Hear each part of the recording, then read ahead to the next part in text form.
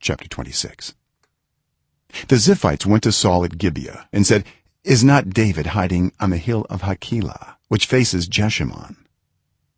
So Saul went down to the desert of Ziph with his 3,000 select Israelite troops to search there for David. Saul made his camp beside the road on the hill of Hachilah facing Jeshimon, but David stayed in the wilderness. When he saw that Saul had followed him there, he sent out scouts and learned that Saul had definitely arrived. Then David set out and went to the place where Saul had camped. He saw where Saul and Abner son of Ner, the commander of the army, had lain down. Saul was lying inside the camp with the army encamped around him. David then asked Ahimelech the Hittite and Abishai son of Zeruiah, Joab's brother, "Who will go down into the camp with me to Saul?" "I'll go with you," said Abishai. So David and Abishai went to the army by night, and there was Saul lying asleep inside the camp with his spear stuck in the ground near his head. Abner and the soldiers were lying around him.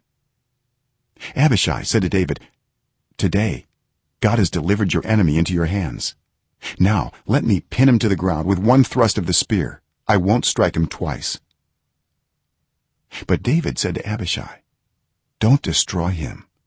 Who can lay a hand on the Lord's anointed and be guiltless? As surely as the Lord lives," he said, "the Lord himself will strike him, or his time will come and he will die, or he will go into battle and perish.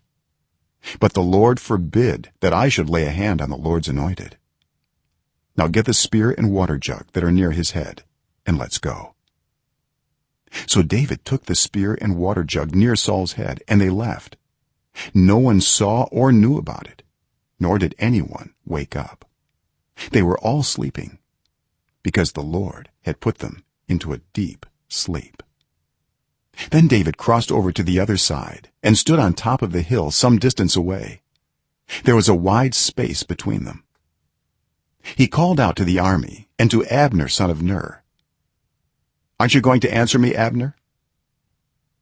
Abner replied, "Who are you who calls to the king?" David said, "You're a man, aren't you? And who is like you in Israel? Why didn't you guard your lord the king? Someone came to destroy your lord the king. What you have done is not good. As surely as the Lord lives, you and your men must die, because you did not guard your master the Lord's anointed. Look around you. Where are the king's spear and water jug that were near his head?" Saul recognized David's voice and said, "Is that your voice, David, my son?" David replied, "Yes, it is, my lord the king." And he added, "Why is my lord pursuing his servant? What have I done, and what wrong am I guilty of? Now let my lord the king listen to his servant's words. If the Lord has incited you against me, then may he accept an offering.